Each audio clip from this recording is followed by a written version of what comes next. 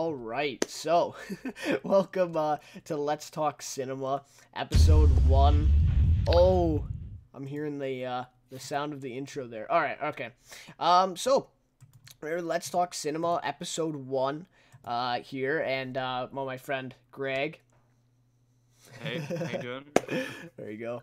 All right, so we had a little bit of a difficulty there at the beginning. We were supposed to start this one a little bit earlier, but we had some technical difficulties. But anyways, so we're finally here and ready to go. The stream is looking great. And all that stuff, and of course the audio is working because I just heard the intro at the beginning. And yeah, so anyways, we're talking about some recent movie news. I think in the future I'm gonna try to do kind of like a weekly recap in a way, especially because it's on a Monday, so I think that would work well. But just for this one, we have more recent news just from this weekend in particular that we're going to be talking about. So in the description of this video or this episode, you can see kind of what we're going to be talking about and kind of a rundown of what we're doing. So anyways, as I want to do with every episode, is I want to start off with a kind of a box office report, I guess, of sorts, and kind of show the weekend box office numbers and then kind of share our thoughts on it. So, and neither of us, or I didn't see any movies this weekend. You didn't either? Nope. No. So, we can't comment too specifically, on any movies this weekend. But, okay, so here are the box office for this weekend here, as you can see on the screen. All right. So, and I think that you can see this, Greg, then on the, on the playback. But anyways, so the weekend box office, of course, these numbers are from Box Office Mojo. For the weekend, number 1, Ralph Breaks the Internet, coming in at 16,141,000. Number 2, we have The Grinch, Dr. Seuss's The Grinch, with 15,175,000. So pretty close there. Number 3, we have Creed 2, coming in at 10 million, a little bit over 10 million. Number 4, Fantastic Beasts, The Crimes of Grindelwald, coming in at 6,800,000. Bohemian Rhapsody coming in at 6 million at number 5, and number 6 to round off kind of the top performers here is Instant Family with Mark Wahlberg, with a 5.6 million showing this weekend. So anyways, those are the numbers from Box Office Mojo for this weekend. Any initial thoughts off of that? Yeah, I mean, Ralph, I think most people probably expected it to be a pretty big earner, and it's holding pretty well. I mean, The Grinch, too, I think, it hasn't really gotten the greatest reviews, but it's the holiday season. It's a movie that, is obviously going to make quite a bit of money, given the time of year. And Fantastic Beasts, obviously, I don't think is holding too well for its opening weekend. But been good, yeah. I think the reviews on that are pretty mixed. So yeah. And I mean, Instant Family, I haven't really heard much about Instant Family, but yeah, I don't think that's getting great reviews, but yeah, for sure. So just a couple notable things here. So this weekend is actually the second lowest grossing weekend of the year so far. Oh, wow. Which is kind of crazy. So the top 12, those are the top 6, but an additional 6 combined for 77.8 million only for this weekend. So the second lowest one. This is the third weekend that Ralph Breaks the Internet is at number 1, and so that's yeah. I don't think any film was opening this weekend, so that probably has something to do Exactly, with it. yeah. And of course, that's just kind of setting up for even next weekend and even just the next 3 weekends where we see a ton of big ones coming out. So the rest of December, really. Exactly, yeah. So it makes sense. And then also just notable, Box Office Mojo says the launch of Warner Brothers' Aquaman in China this weekend delivered a massive $94 million, becoming the number 1 film globally just from China. So hasn't been released in the U.S., and it topped, every other movie by a long shot, just in China alone. So yeah, I think opening and just big box office in China as well. Another superhero movie. Yeah. So that one's really doing great out of the gates here, which is I wouldn't say surprising. No. But, just interesting. So we'll have to see what kind of weekend it has domestically in the U.S. That's going to be great. Do you think that it's going to be higher than 94 million? I don't know. I don't think so. I don't think generally the U.S. market, at least for something like that, like the Venom, just as I don't have the figures, but I know the U.S. versus, or the domestic versus just the Chinese opening weekend of Venom. I think it was China beat them by a fair bit, or at least a little bit. And I guess that was a bit of an anomaly, but I don't know what the opening weekend of Aquaman will be like. Yeah. Sure. Yeah, it's tough. I mean, and I don't know the figures exactly, so I don't know like what, for example, Wonder Woman or another DC property grossed. Yeah. Yeah, no, for sure. But I would imagine probably it would be similar to a Wonder Woman, or maybe a little bit less than a Wonder Woman gross. So, yeah. Opening. I would think that too. I think maybe it'll be a bit lower than this China opening. Yeah, but we'll have to see. I don't know. There's a lot of hype around it right now with the trailers that came out and all that stuff. So, yeah, we'll have to see. I don't know, but this is interesting stuff. So, then just a total grossing so far for those movies that I listed before. So, Ralph Breaks the Internet is now at 140 million, almost at 141 million. And, of course, this is their third week being open. The Grinch is now at 223 million. Like, that's quite a bit of money there for sure for the Grinch. Especially, like you said, given the reviews for it. I guess, they've definitely affected it, but I guess not much. No. Creed 2 now is sitting at 96 million, so almost at 100.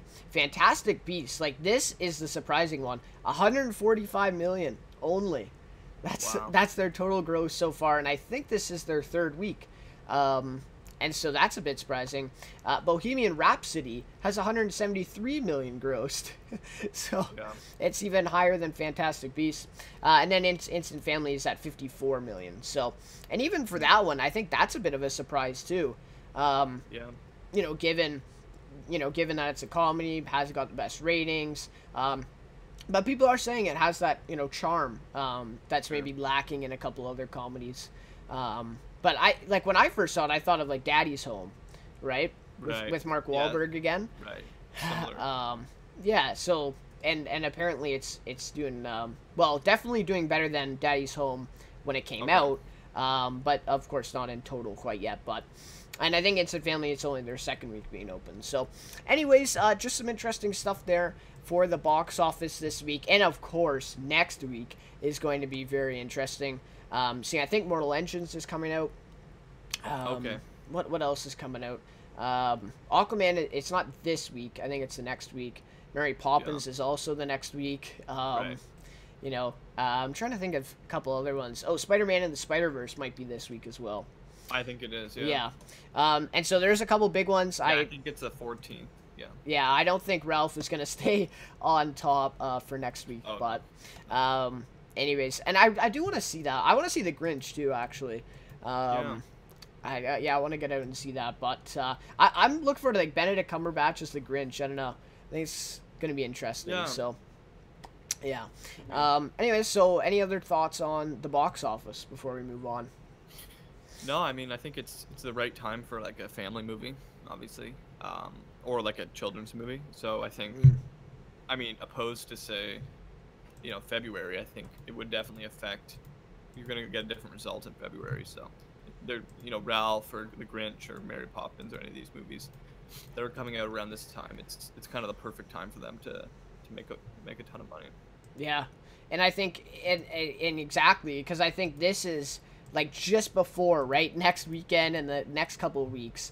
Like this is a big window for them, and that's because I also wondered, like, originally I was like, why would the Grinch come out this early, right? Because I thought, why not put it out on Christmas? But looking back at it now that they've grossed almost 225 million, it was the smart thing to do because they're staying away from all that other kind of build up there with the other ones. So, that's actually, it's been a smart move. So, anyways, all right, so then let's move on to some news and discussing this stuff, and then some a little bit later. So, first off, which is kind of the thumbnail, I guess, for this video and the focus, is the 2019 Golden Globe nominations. And so we're going to go on the, or I'm going to go on the Variety article here, just kind of a list, and we'll maybe go over the nominations and kind of give our thoughts. Although we haven't seen all of these films, of course, but we'll maybe just give our thoughts on what we can. So, Sandra Oh, I think we talked about this a little bit earlier, but Sandra Oh and Andy Samberg hosting the Golden Globes. And what do you think of that? Yeah, I think I don't know, I'm not really that familiar with Sandra Oh. Like, I know who she is, but I think Andy Samberg is obviously kind of an obvious choice. I mean, he's a comedian. Oh yeah. He seems like a typical kind of host of one of these shows. But I mean, we'll see. I don't know. The hosts of recent shows, at least the Oscars and the Golden Globes, I don't think have been great. So we'll have to see.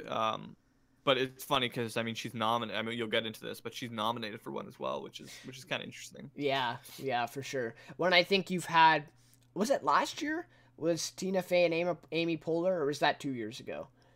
For Golden Globes, I believe so. I don't remember honestly. Yeah, I forget, but I'm not sure who was last year's host. But it's an interesting pair, I think. Like Andy Samberg saying, I don't think Sandra is really a comedian because in Killer, I think is well, is Killing Eve? What's Killing Eve nominated? It's a drama, I think. Oh, okay. So okay. and I've never seen it, so. Yeah, well, I haven't either, yeah, but I've kind of heard about it, but yeah, so it should be interesting to see those two kind of play off each other. Okay, so let's get into the Best Motion Picture nomination pool here for drama. So first we have Black Panther, Black Klansman, Bohemian Rhapsody, If Beale Street Could Talk, and A Star Is Born. So, Black Panther. Yeah, I mean, I think probably a part of the reason it was not. I mean, you don't see superhero movies get nominated for an award like this very often, but I think this probably is kind of like a consolation because I don't think it's going to get nominated for Best Picture at the Oscars. I think that probably had something to do with it, but. And I think it like, I don't know if you've heard about the Oscars doing this like popular film category or whatever. Or like that they proposed it. I think this is kind of getting to that. And you see this also, I talked about the TV ones in my other Let's Talk Television episode, but a lot of the things here are like kind of popularity picks a little bit throughout these nominations. And I think that this would be one of them. I don't know. I think Green Book would make it over Black Panther. No? Yeah, well, Green Book's nominated for the next category, which doesn't really make much sense. Yeah, that's true. Well, and the other thing, Bohemian Rhapsody, I mean, it has not gotten very good reviews. That's true. I think it's gross. I mean, it's made a ton of money, like we talked about before, and I think Rami Malek was obviously really good in this movie, but from what I've heard, it's just not a very well reviewed film. Yeah. Yeah, I agree. And then A Star Is Born is obviously a given. I mean, that's going to be nominated for an Oscar as well for Best Picture. Yep. And then in terms of if Beale Street Could Talk, I mean, that hasn't even come out yet. Across North America, and then Black Klansman. That's kind of been the talk about Black Klansman.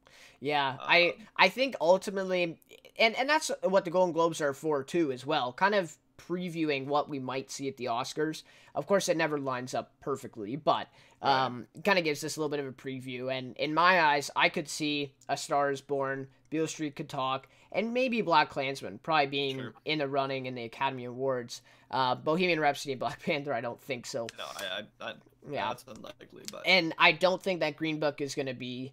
I think they are going to be in this category for the Academy Awards. Oh yeah, because that just makes sense. But yeah. So I mean, I don't know. I don't see Black Panther. I mean, maybe they might win, effects or something like that. But I don't think they're going to. I don't think they're going to win anything kind of big at the Oscars. But no, I wouldn't think so. Yeah, so anyways, so that's that, Best Motion Picture. So yeah, I think we both agree maybe 3 out of those 5 are kind of deserving. Yeah, yeah, I would say. I mean, I think Black Panther's it's a good movie. It's just not the type of movie that ever gets nominated, so it's kind of tough to Yeah. say. I think there's probably movies I'd put in over it though. So. Yeah, exactly. And But as far as Bohemian Rhapsody, I just don't think that's yeah. nominee in any kind of stretch of the imagination. It's just not a great film. But. Yeah.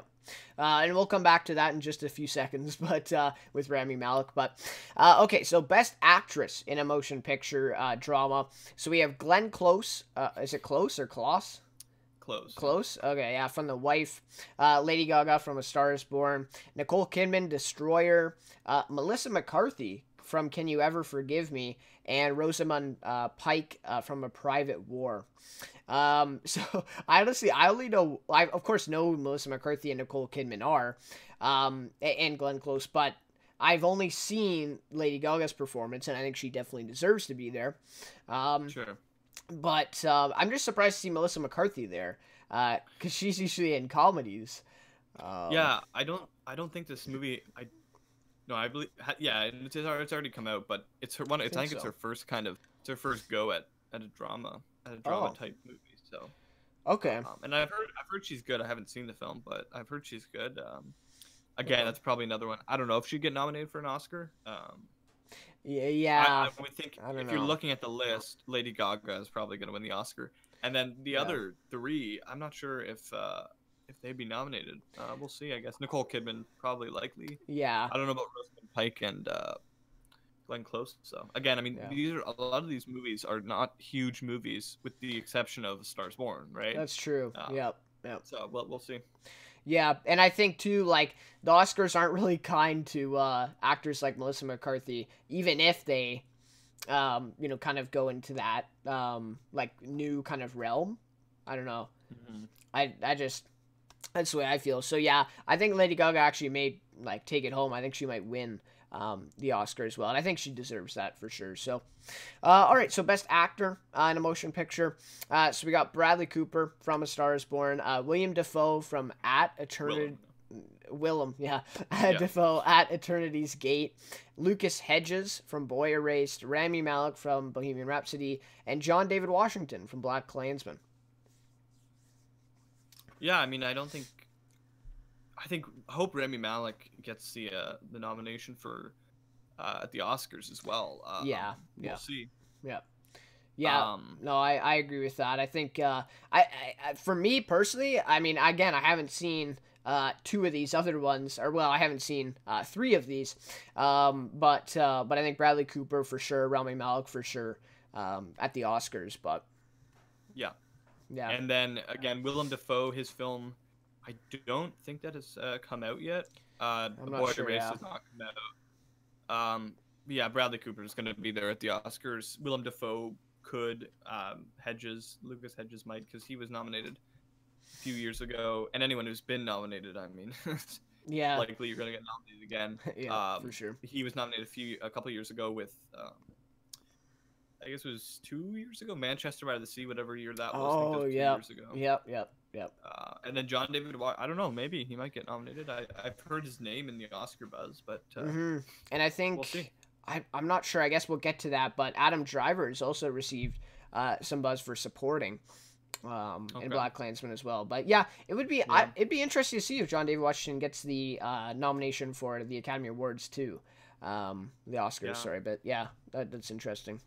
All right, so I guess we don't have to go over everyone. But next is Best Motion Picture, Musical or Comedy. So Crazy Rich Asians, The Favorite. I haven't heard that like at all. The Favorite. Yeah. I don't know. Oh, The Favorite. Yeah, I think it's coming out. It's it's like a what's it called? Like a historical film set in Britain. I think in 18 or 1700s. Okay. Because I've heard a little bit about it, but it's not. I don't think it's not a big budget film. But, okay. Because it is the Canadian spelling, like favorite. So I'm just wondering like kind of what that is. But okay. And then we have Green Book, Mary Poppins Returns, interesting, and Vice. So what did you want to say about Vice being nominated there? It seems like a strange choice. I mean, I haven't seen it. No, I know nobody's seen it. But Yeah. in terms of musical or comedy, like I'm not sure if Yeah. that actually if it really applies. Well, it certainly doesn't apply into musical, but I mean, we'll have to wait to see it. But just based on the trailers and based on Adam McKay's last kind of historical film like this, with The Big Short, like if you don't consider The Big Short a comedy, which I wouldn't, I don't think you could consider The Vice a comedy. And But yeah, and then but the thing is, when you Bohemian Rhapsody would be the perfect fit. Like it's not a musical, but it's focused around a musical, and there's a ton of music in the film, and there's performances redone. Like that would make a lot more sense than Vice. well, and then you could even make that same argument for A Star Is Born too. I mean, Yeah. there's a ton of music performed. Green Book. Green Book. It doesn't have much music in it. Yeah. Like it's a serious film. Like I don't understand how that works in that category. I think I haven't seen The Favorite, but I think if there's like 3 laughs throughout the movie, I think it qualifies as a comedy. Yeah. Weird.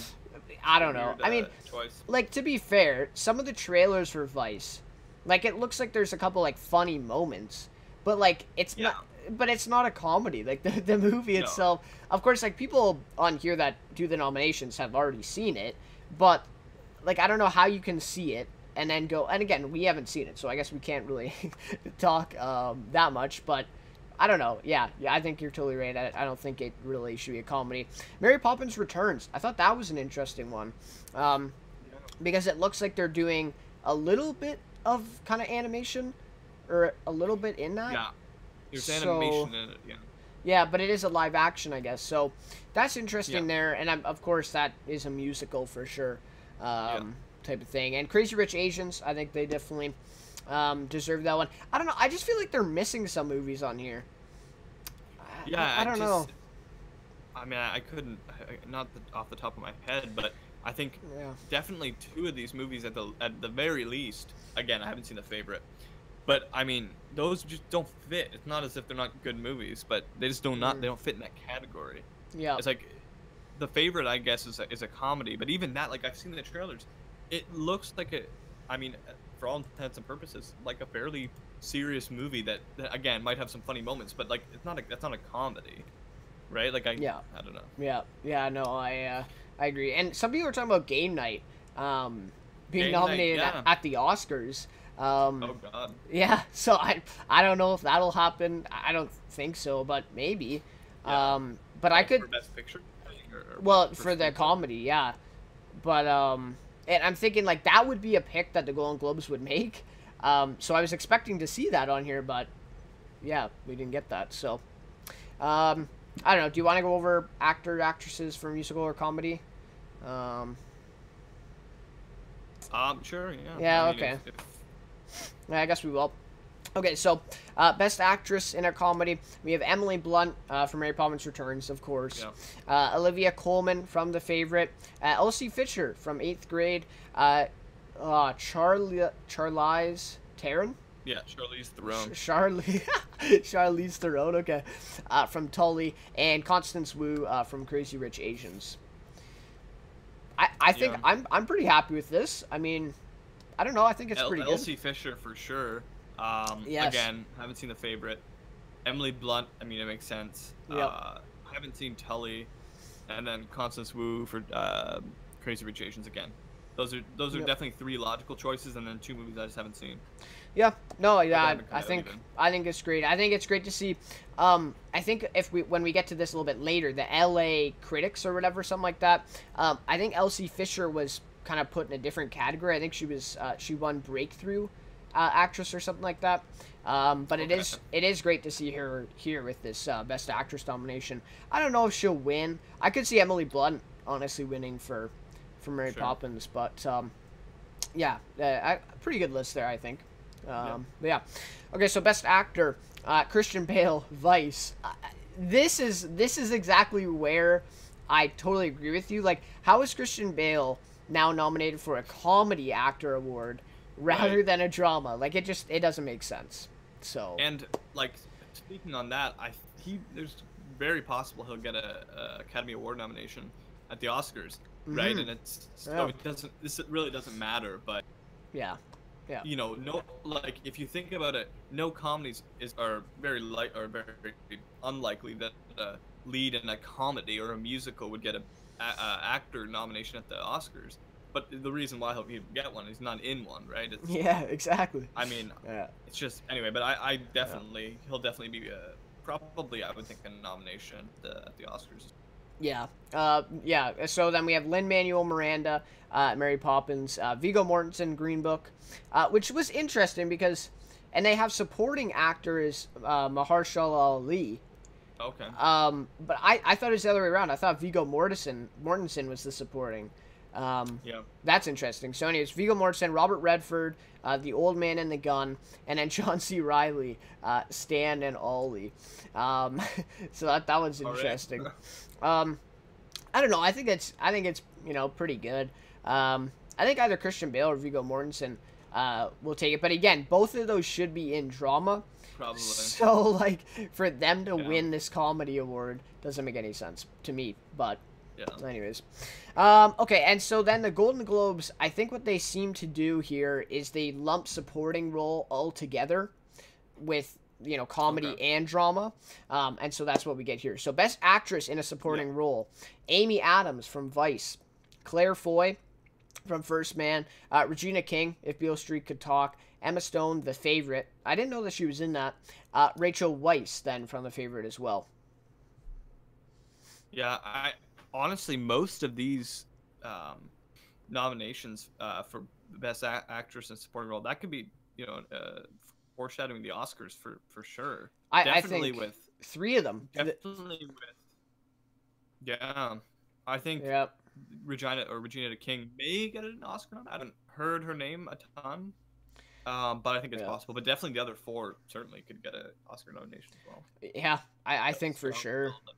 I think, I honestly think it's like possibility that all 5 could get a nomination at the Oscars. So that one's pretty good. But so they kind of lump all that together. That's interesting.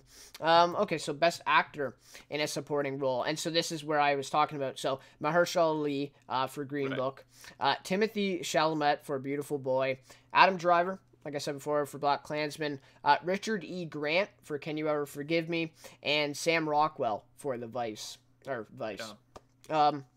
So interesting. And again, I think 3 of those we could maybe see. I think Mahershala Ali is definitely, especially because he's in the supporting, because I thought he was the lead actor, and so I wasn't sure. But supporting, I think he has to get that nomination at the Oscars. Well, they might categorize it differently because that's true. I have not seen Beautiful Boy, but I'm pretty sure Timothy Chalamet. I don't think he's a support. I think he's, if anything, him and Steve Carell are both leading. But if anything, really, I think Steve Carell's just supporting. I've heard that he's kind of the lead in that film, so I think this is a little bit surprising. And I think if he were to be nominated at the Oscars, it would probably be in leading. I wouldn't think he would be supporting. And I think he will. I think he will be nominated, but yeah. And then the other ones, I mean, again, you're probably looking at 4 people who could be in play at the Oscars. Adam Driver, I'm not sure about Adam Driver, but definitely Chalamet, Mahershala Ali, and Sam Rockwell again. Yeah. So. Yep. Okay, and then I think we'll go to okay. So we'll do this one. So best motion picture animated. And these ones are all except for one. I think that are obvious. Incredibles 2, Isla of Dogs, Mirai. I haven't heard of that one. Ralph Breaks the Internet. Yeah. And Spider-Man Into the Spider-Verse. Mm-hmm. Yeah, I mean, first of all, there's a bit of a Isle of Dogs is. Or Isle, sorry, yeah. Yeah, I do not think it's a children's movie. It's a Wes Anderson film. I don't think it's a film. So that's the one. I mean, the other 3, or the other, I guess 4, are pretty obviously children's movies. But I don't. Yeah. That's kind of fun. But yeah, I mean, I think it'll probably be The Incredibles 2. I don't know that for a fact, but I think Incredibles 2 is probably the front runner for the Oscar at least. Yeah. But I think a pretty solid field. Also, though, you got to remember Spider-Man Into the Spider-Verse, I think, is still at 100% on Rotten Tomatoes. Yeah. They've actually gotten quite a few reviews on there too. So. I don't know. I don't know. Really well. Yeah. Yeah. So that one. But at this point, probably Incredibles is a front runner. Yeah. Yeah. definitely change. Yep. Yep. So I think that one's all pretty good. Foreign language. I don't. We probably don't. Or do you know about any of these? Capernaum, Girl, Never Look Away, Roma, Shoplifters. Roma is a Netflix being released in theaters. I've heard a lot about it, and we're gonna talk a little bit about it later. So yeah. But the other ones I have not heard of, nor I think I've heard of Girl, but I haven't seen obviously any of these. Okay, yeah. Okay, so and then we can probably end it off with director and then screenplay. So director Bradley Cooper, A Star Is Born, Alfonso Cuarón, Roma, Peter Farrelly, Green Book, Spike Lee for BlacKkKlansman, and Adam McKay for Vice. Yeah. I mean, I think those are pretty good. I think Bradley Cooper is going to get that nomination at the Oscars. Oh, yeah. He'll probably win. I don't know about Spike Lee getting nominated at the Oscars. Maybe. Maybe. I think he's had a few. But yeah, I mean, we'll see. I don't, I'm not sure. It's possible. I mean, it depends. I don't know how the Oscars are going to favor the movie, but we'll see. Yeah, and I'd like to see Adam McKay nominated again for Vice, but yeah, he definitely has a good chance, I would say. Yep. Okay, so then best screenplay. So Alfonso Cuarón for Roma. So he directed and wrote that. Deborah Davis and Tony McNamara for The Favorite. Barry Jenkins for If Beale Street Could Talk. Adam McKay for Vice. And then Peter Farrelly, Nick Vallelonga, and Brian Curry for Green Book. Yeah. Not really any surprises there, I wouldn't think. I think that pretty much lines up with the rest of these categories, right? With all that, but yeah, I think those are pretty good. I mean, 3 of those movies are written and directed by the same person, so that's interesting too. But yeah, I think Barry Jenkins for If Beale Street Could Talk is going to get that nomination at the Oscars, but yeah, Vice probably. Probably, yeah. So that just about rounds up the Golden Globe stuff, and then they get into some TV stuff, which I talked about briefly, but yeah. So, all right. So, that's about it? Yeah, I think that's it. Yeah. Oh, okay. So overall, I think sometimes people can say that the Golden Globes kind of give us a preview of maybe what is to come at the Oscars. I don't know. We might see, like we talked about, I think we see maybe some similarities, kind of crossover between the two, but definitely some, kind of surprising or maybe disappointing things here at the Golden Globes. So, anyways, so that is January 6th that they will be airing there on, what is it on? I don't even know. NBC, I think? Something like that, yeah. Okay. So let's move on briefly to the Los Angeles Film Critics Association and the New York Film Critics Online Association basically gave out their awards, or at least voted on these awards. And so yeah, I just thought we'd go over maybe some of the main ones. They have about 5 here. 5 or no, 1, 2, so about six main ones. We'll go over those and then kind of compare both of them, and I think this will be a good preview to what's coming up. So, okay, so best film for the LA Film Critics is Roma. Okay. For the year is Roma, and then the New York one is also Roma. So I just thought that was interesting that both of them nominated for best film of 2018, an international movie. Wow. Mm-hmm. Or a foreign, they call it foreign language film or something like that. Yeah. Yeah, and then so best director, the LA Film Critics nominated Deborah Granick from Leave No Trace, and then New York went with Alfonso Cuarón for Roma. So that's interesting. Okay. Their best actor is Ethan Hawke from First Reformed, and that one's on Amazon, I believe. Okay. So that's interesting there. Okay. And then we got, and then Ethan Hawke, again, wins actor for New York.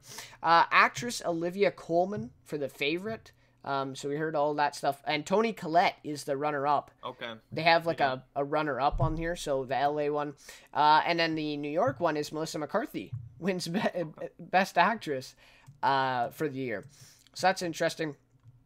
And okay, so then we get to Best Supporting Actor for LA is Steven Yeun for Burning from The Walking Dead. I love Steven Yeun in that. And supporting actor then for New York is Richard E. Grant from Can You Ever Forgive Me? So that movie's actually getting like quite a bit of attention here with Melissa McCarthy and that. So and then we get supporting actress is Regina King. She wins in both categories here. So for If Beale Street Could Talk, of course.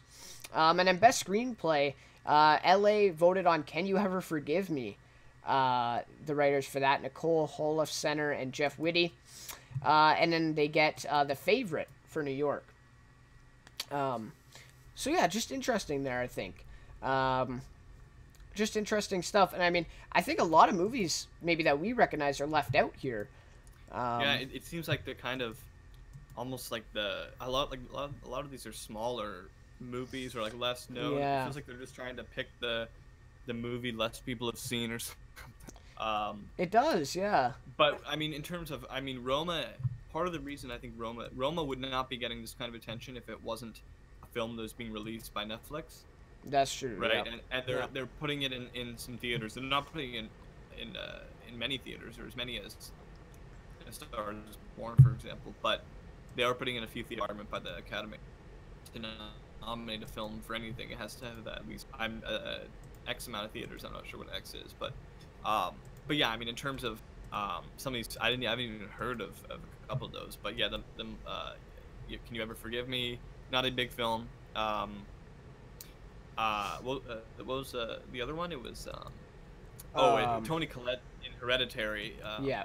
Which, I mean, a fairly big film. I think it had some mixed reviews. A horror film. Yeah. But a lot of these are just smaller films, so I don't think any of those will actually be the winner. I mean, Roma potentially for screenplay, but I really don't think it will win for Best Picture, and I can't imagine any of those actors or actresses winning. But yeah, they definitely could be nominated. I just think that's kind of crazy, like to be a Netflix film getting the nod for Best Picture of the year. So that's interesting. And if they do get nominated at the Oscars for Best Picture, that again will still be interesting with Netflix.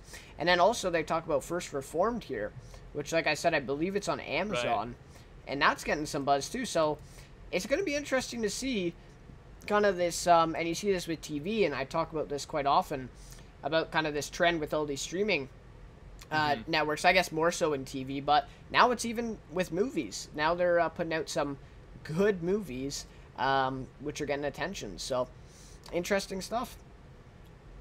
Yeah. For sure. So yeah. So yeah, that's just about that for that, or it for that. I just thought that'd be interesting, and you know, possibly a little bit of a preview of maybe some stuff that we could see at the Oscars. Sure. Obviously, these people aren't. Well, I suppose that some of these people probably will be voting for the Oscars too. It's possible, yeah.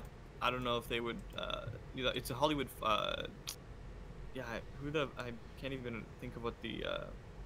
I think the Hollywood Foreign Press is for Golden Globes, I believe. I forget. Okay. Who is part of the Academy exactly, but Yeah. I think it can. I think it's critics or potentially. But I think actors are in there too. Yeah, it could be. I'm not familiar with who's a part of the Academy, but. Yeah. But I mean, they tend to pick, at least for the winners, kind of the obvious choice, like. Yeah. So I that's why I can't see what some of these smaller films or less known performances winning at the Oscars.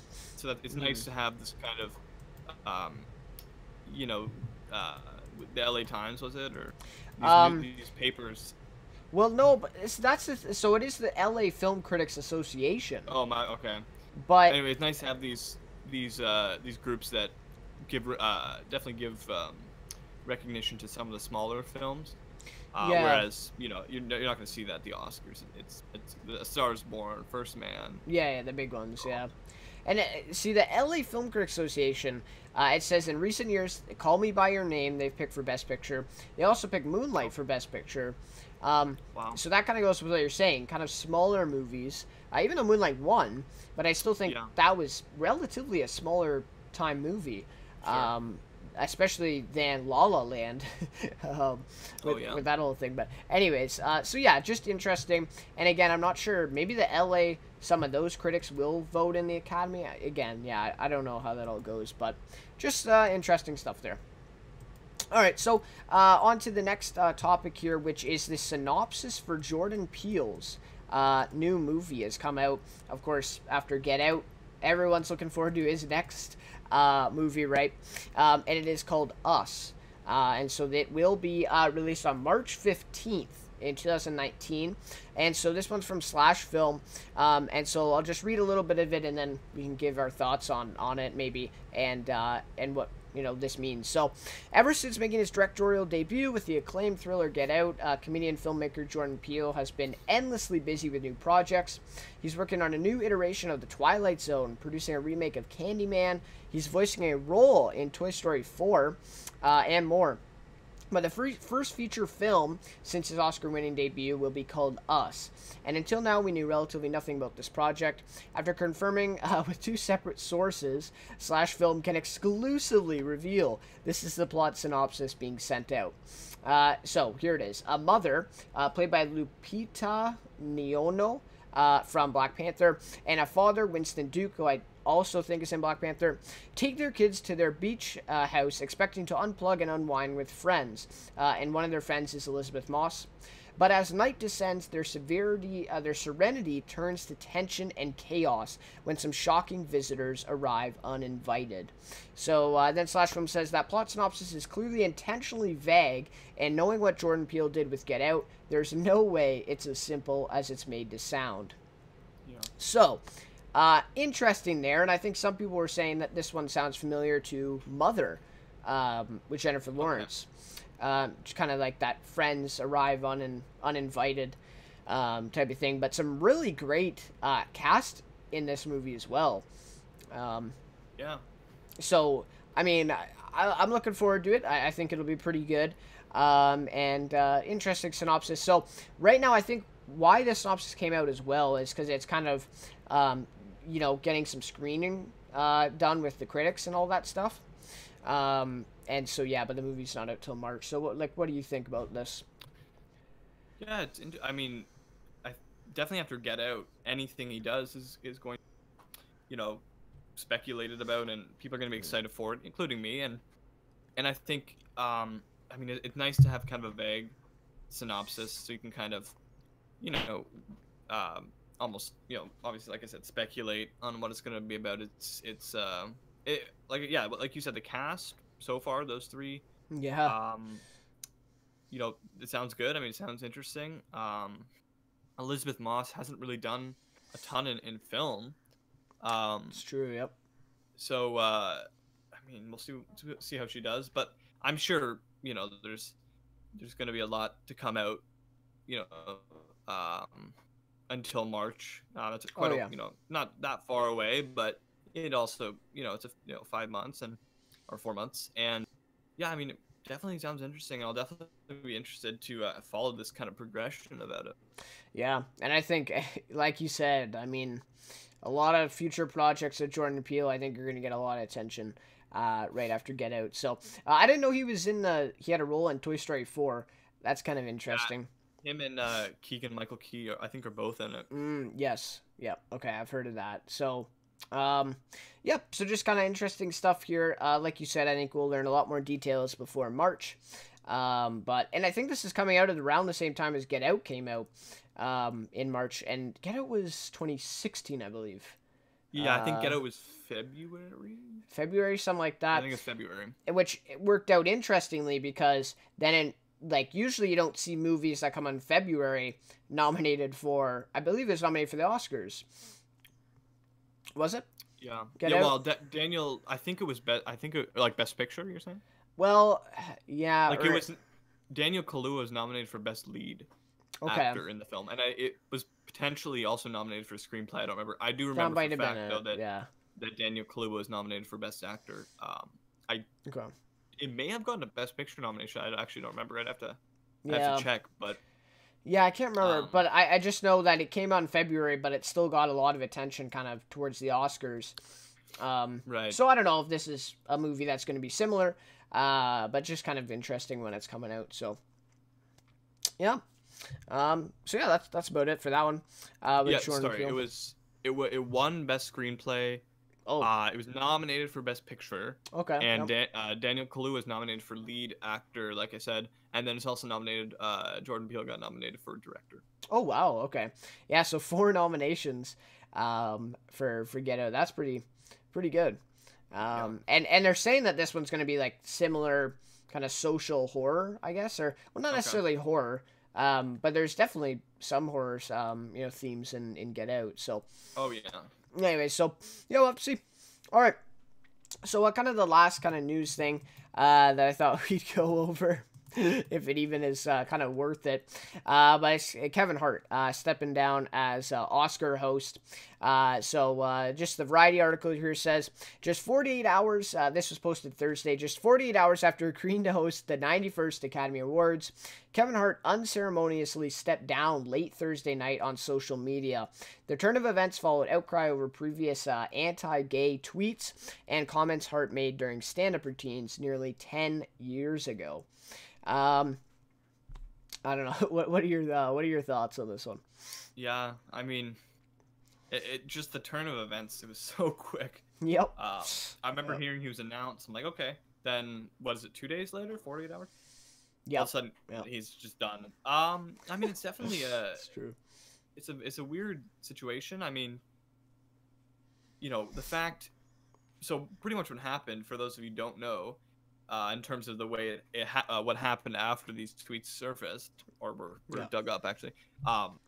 He pretty much said he's not going to apologize. He's apologized before, and then he ends up. So then he steps down, and then he pretty much apologizes. Yeah, it's almost, that was interesting. Yeah.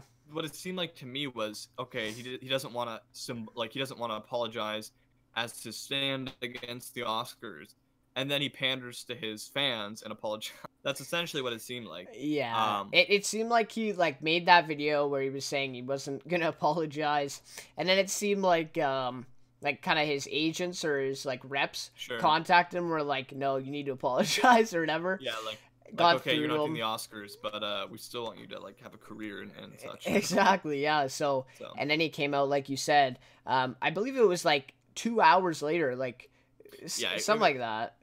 It didn't make much sense. Yeah. So it'll be interesting to see who is hosting though. That's true, and I mean, who is gonna host now? I don't know. You gotta whoever it is must. Yeah, they can't have a Twitter. They can't do any stand-up comedy in the past. So it's interesting. Who did I hear was they were talking about someone taking the job, and it was kind of like a joke, but now after this it actually seemed serious that this person would take on. I'm forgetting off the top of my head here, but it was another kind of comedian. I think kind of like Kevin Hart, so people were joking about it. But anyways, yeah. I mean, first reaction, I thought it was a good pick. I thought it would be actually pretty interesting. And I mean, usually they're comedians, I guess, the hosts. And they obviously do some comedy throughout the show. It was Seth Meyers who hosted it last year, was it not?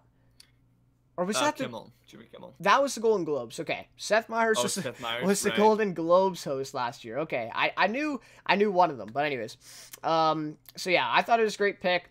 And then this whole kind of thing happened within, it said less than 48 hours. The whole thing kind of unraveled. And what I thought was interesting though is I think we talked about this before this episode, but talking about how wouldn't the Academy Awards or the Academy have seen these tweets before they hired him and seen this situation and seen his past? Because I mean, how would they not? They must be pretty. Either they didn't do the job or they're just they didn't care, I guess. But obviously they did when it got blown out of proportion. But I don't know. And I think comparing to James Gunn, I think that's a similar situation that happened just kind of recently. But I don't know. I don't know. That's tough. I mean, James Gunn, I think his whole situation, I think people are saying that his kind of past actions were worse than Kevin Hart's, because Kevin Hart kind of had the comedy, like he was doing stand-up comedy. Yeah, well, some of them were tweets, though. I think, but yeah, some of them were like tweets. there was, yeah. I think I could be wrong, but I think it started with the tweets, and then these same people like look back and end up looking at some of his stand-up routine. Yeah. So I think but it was definitely a combination of both. Yeah, the James Gunn thing I think was just the tweets, and I mean it's different. I mean it's a company wanting to move away from an individual opposed to the Academy, which is not the same. It's not a movie studio. Like it's different. But but in the same token, the Oscars is massive. Everybody knew about it. Not everybody knew. I mean, most people, but not everyone what watches superhero movies and would even know who James Gunn is. Most people who follow movies, TV, know who Kevin Hart is, regardless, if they've seen any of his stuff. Yeah. So this was definitely on a higher scale. Yeah. Well, that's what I would say. I mean, people are comparing the two, but I don't know. I think you can, but I think Kevin Hart's role, compared to James Gunn, is just way more significant. With him being a host of the Oscars, I don't know. Yeah, it's tough, but I think both situations ultimately are just kind of a mess. To be honest, with all, and it really like we just said before, it really doesn't look good for the Oscars, because now who is gonna host? Like, I mean, of course, like there's probably several people out there who would still do it because of the popularity you get. Like even this happened to Kevin Hart, but like think about how how much his name got thrown around just in the last week, with videos and news articles and all this stuff. So it'll be interesting to see. And this pick of Kevin Hart was already late to begin with. Like usually they announce the host way before this, and so now it's going to be even later. So I don't know. We'll have to see, and what happens. So. All right, so now I just want to briefly talk about, I think going forward, we talked about this, but we're going to try to watch a new film every episode. And so, one of us probably. And so for this episode, you didn't get to see any new ones. And I didn't get out to the theater either, but I did watch Mowgli, Legend of the Jungle on Netflix. And, I'll share my quick thoughts, I guess. And you've heard of Mowgli, right? Oh yeah. It's interesting. I haven't seen it, but interesting that this movie has come out 2 years after Jungle Book. Yep. I think, 2016 Jungle Book came out. Yep. So I haven't seen it, but I've heard it's obviously, you'll probably comment on definitely different in tone than Jungle Book. Yep. Anyway, so Andy Serkis directing it, so and his debut, and so I don't know. I mean, I thought the film was pretty good overall. I thought it was solid, but I just the whole way through right as it kind of ended and the credits rolled, that initial thought of mine was like, and I don't mean to be funny, but why was this made? Because I just the whole time, like you said, the different tone. And they tried to do that, but they just, like, it was kind of like a check the box type of thing, like, throughout the movie. Like, you've seen the original Jungle Book, I assume? Yeah. Yeah. And so, okay, you got Baloo the bear in there. Okay, check. You got Bagheera, right? The panther, check. The tiger comes in, check. Like, it just seemed like a really, like, you got to have all these elements. And with that, they just totally lost out on the darker tone and the theme and all that. I don't know. I just felt like you didn't really need it, especially after 2 years. And this movie was supposed to come out in 2017.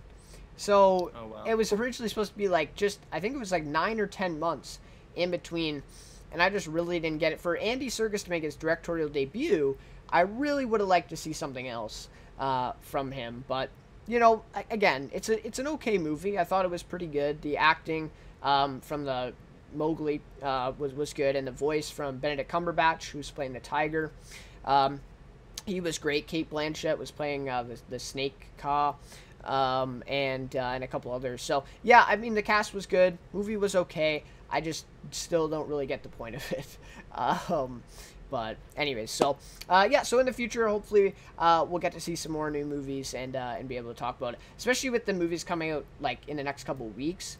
I think we'll definitely have more to talk about there. So yeah. Okay, so let's end off the episode with this. Love to hear your guys' thoughts as well. But I just kind of posed the question to you, and then maybe I'll give my answer as well. So our question of the week for this episode is, which movie are you more excited about? Vice, Welcome to Marwen, or The Mule?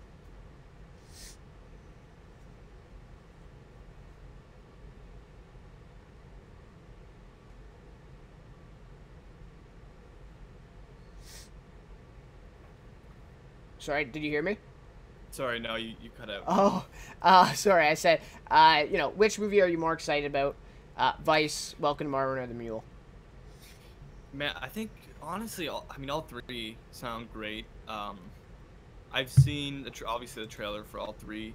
I would tend probably to say Vice. I mean, it's another Adam McKay movie. Adam McKay, obviously, I'm a big fan of his. I've pretty much had this movie on 2 years, a while at least. You know, when it first was announced, really. But then again, The Mule, which I had not heard of, looks really interesting. Clint Eastwood film. And then even on the other, you know, on the other hand, Welcome to Marwen, it looks interesting. Like the style of film. I don't know if you've seen the trailers, but you know, you're looking at obviously a live action film with a ton of CG like dolls, and which it looks interesting. Mm-hmm. But if I had to pick one, at this point I'd say The Vice, just because I've really been looking forward to this movie for like 2 years, and yeah, but all three really. I mean, I'd love to, you know, probably gonna see all three and you know, in theaters, and yeah, I think they all look great. Yeah, I mean, I totally agree. I think they all look great. The Mule, Clint Eastwood, Bradley Cooper, you know, the last time they teamed up, I believe, is American Sniper, I think. So, I mean, Yeah. you know, like, and Clint Eastwood's acting in The Mule, so I think that one's great. Welcome to Marwen, maybe that is my, the most I'm excited about. It just looks so, like you said, unique. And Right. Steve Carell, I mean, just from the trailers, it looks like he gives a crazy good performance. Yeah. And I think Julianne Moore is in it as well. Yeah, it's Is it Julianne Moore? Janelle Monáe, Leslie, Leslie Mann, that's who it is. Leslie Sorry, Mann, yeah. yeah. Yep. So I mean, that one looks great, and like you said, Vice, it just looks like a great movie. And The Big Short, one of my favorite movies, honestly, and Adam McKay, really like his directing style, especially in The Big Short. And I'm expecting something similar, but you know what? I'm going to be a bit disappointed if obviously it's a different movie than The Big Short, but I'm really looking forward to kind of the same, you know, directing style as The Big Short. And I think I'd be a little bit disappointed if we didn't see that in Vice. But I don't know, like, we'll have to see what it is. Anyways, so yeah, it sounds like Vice is going to get some Academy Award stuff. Maybe not these other two, but yeah, interesting stuff. So let me know, or let us know what you guys think of that one, Vice, Welcome to Marwen, or The Mule. Three movies. So I believe Vice is coming out 2 weeks from now, right? On Christmas Day, I think it's coming out. Yeah, I'm not or, sure. or the week of. Welcome to Marwen might actually be coming out this week. And The Mule is for sure coming out this week. So cool stuff. 3 new movies there coming out in the next couple of weeks. So anyways, guys, that'll just about do it for this episode. You know, hour in. So hopefully these won't be as long. It's just the Golden Globe nominations. We kind of went in depth. And so that took a little bit longer. But anyways, that just about does for Let's Talk Cinema episode 1. Hope you guys enjoyed, and should be back every week on Monday nights or Monday, evenings. Yeah. So, anyways, Greg, I guess I put your Twitter there as well. So, Sure. anyone wants to go and follow you on Twitter, I don't know why they would want to, no. But you got some sports and stuff like that on there. Yeah, talk movies, a little bit of TV. There you go. There you go. Go check that out. Yep. But okay. So, anyways, thanks, Greg, for joining me. And again, that just about does it. So, thanks for watching, guys, and we'll see you next week for the next episode. See you guys.